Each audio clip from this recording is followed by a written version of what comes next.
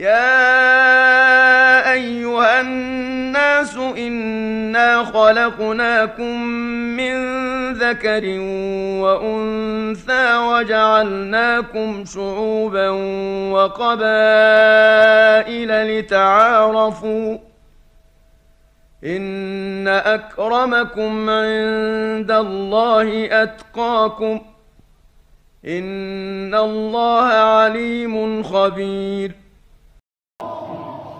كان في وجهه شيء جميل الخلقة لكنه عالي الخلق،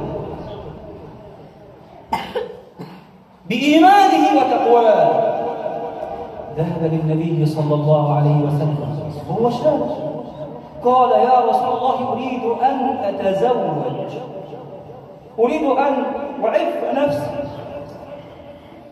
فقال النبي صلى الله عليه وسلم اذهب إلى بيت فلان من الأنصار. وفي رواية أن النبي صلى الله عليه وسلم قال لرجل من الأنصار زوجني ابنتك، قال ونعم عجب، النبي صلى الله عليه وسلم يريد أن يخطب ابنتي. فقال النبي صلى الله عليه وسلم إني لا أريدها لنفسي إنما أريدها لجليبي. فقال الرجل يا رسول الله أنظرني حتى أستأمر أمها أو أستأذن أمها، أشاور أمها. فذهب هذا الرجل من الأنصار إلى زوجته، النبي صلى الله عليه وسلم يخطب ابنتنا. قالت ونعم عين، نحن نسأل أحلى من كده وأحسن من كده وأعظم من كده. فقال إنه لا يريدها لنفسه إنه يريدها لجليبيب. قالت أني جليبيب لقد خطبها فلان ورفضنا وخطبها فلان ورفضنا وفي الآخر نجوزها جليبيب. قالت لا نفعل لا نفعل. ابنتهما تسمع هذا الحوار، قالت لهما أتردان أمرا لله ولرسوله؟ والله عز وجل يقول وما كان لمؤمن ولا مؤمنة إذا قضى الله ورسوله أمرا أن يكون لهم الخيرة من أمرهم ادفعوني إليه فوالله إن الله عز وجل لا يضيعه. فكأنما فرجت عنهما. كان حيروح يقول للنبي صلى الله عليه وسلم لا، يرفض أمر الحبيب المصطفى صلى الله عليه وسلم. فأبلغ وأخبر النبي صلى الله عليه وسلم بالموافقة. فأمر النبي صلى الله عليه وسلم جليبيب أن يتجهز للزواج. فخرج جليبيب إلى السوق ليشتري متاع البيت، فإذ به يسمع يا خيل الله اركبي، حي على الجهاد، حي على الفلاح.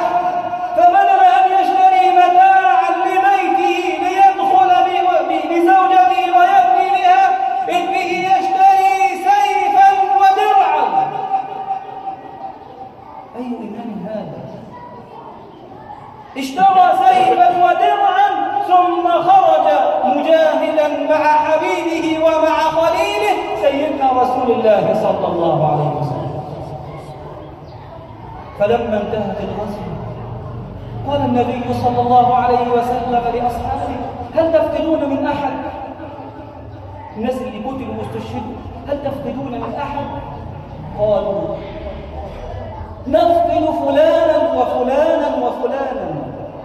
فأعاد النبي صلى الله عليه وسلم السؤال مرة أخرى هل تفقدون من أحد؟ قالوا نفقد فلانا وفلانا وفلانا.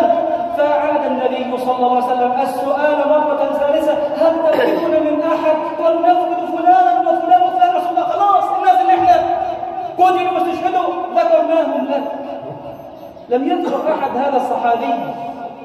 قال النبي صلى الله عليه وسلم لكني أفقد أخي جليبيب، لكني أفقد أخي جليبيب، فاطلبوه فوجدوه في القتلى بجانب 7، فأتوا به للنبي صلى الله عليه وسلم فقال قتل 7 وقتلوا، هذا مني وأنا منه.